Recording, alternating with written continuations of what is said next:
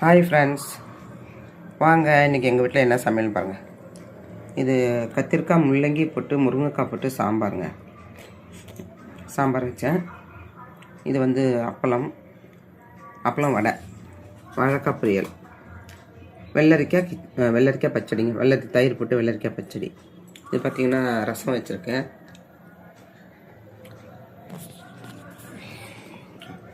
இது ரசம் பாருங்கள். இது பாயசம். வாங்க எல்லோரும் ஸ்வீட் எடுங்க, கொண்டாடுங்க. இது பாயசம் வச்சுருக்கேன். இன்றைக்கி அமாவாசை இல்லையா, மாசி அமாவாசைங்கிறதுனால படையல் போட்டிருக்கேன். அமாவாசை படையலுங்க இன்றைக்கி. உங்கள் வீட்டில் அமாவாசைக்கு என்ன படைச்சிருக்கீங்க, என்ன வச்சு படைச்சிருக்கீங்க, எப்படி படைச்சிருக்கீங்க, என்ன சமையல் இன்னும் சொல்லுங்கள்.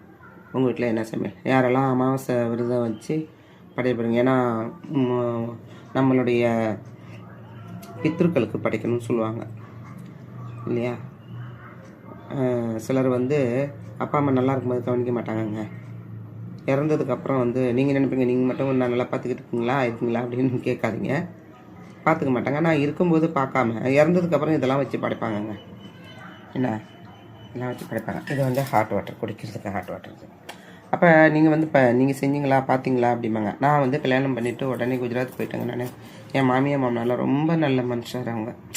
அவங்களாம் என்னால் வச்சு பார்த்துங்களா. கண்டிப்பாக இருந்திருந்தாங்கன்னா நான் கண்டிப்பாக அவங்கள நல்லா பார்த்து வந்திருப்பேன். எனக்கு ரொம்ப பிடிக்குங்க. பெரியவங்கெல்லாம் ரொம்ப மதிப்பேன். சொந்த பந்தங்களுக்கு எல்லாருக்குமே தெரியும்னு நினைக்கிறேன். இதில் பார்க்குற என் சொந்தங்கள் இது யாராக பார்த்தீங்கன்னா தெரியும். எனக்கு சொந்தங்கள்லாம் நான் விட்டு கொடுக்கவே மாட்டேங்க. என் சொந்தங்களை ஒரு சொந்தக்காரங்களை பற்றி இன்னொரு சொந்தக்காரங்க பேசினா எனக்கு கோபம் வரும், எனக்கு பிடிக்காது. அதனாலேயோ என்னவோ நான் என் பிள்ளைங்கள்லாம் ரொம்ப நல்லா பார்த்துருக்கேன். மற்ற இருக்கிற சொந்தங்கள்லாம் நான் நல்லா தான் பார்த்துட்ருக்கேன்.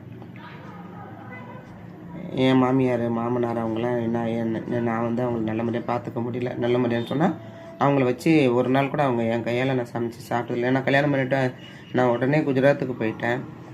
அப்போ என் மாமியார் என் வயிற்றில், என் பெரிய பிள்ளை 5 மாதம் வயிற்றில் இருந்தால் அப்போ இறந்து போனாங்க.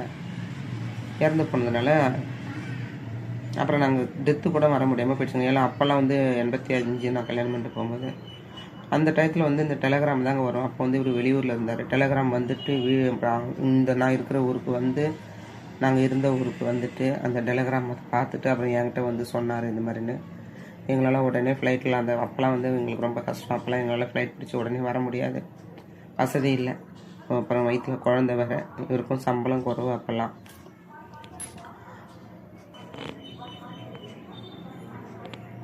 ஒவ்வொரு அமாவாசையும் படித்து இது நான் விரதம் படிக்கிறேங்க. நான் எல்லாரும் வேண்டிப்பேன். என்னோடய பித்திருக்கள் எல்லோரும், மூதாதையர்கள் எல்லாரையும் நான் வேண்டிப்பேன்.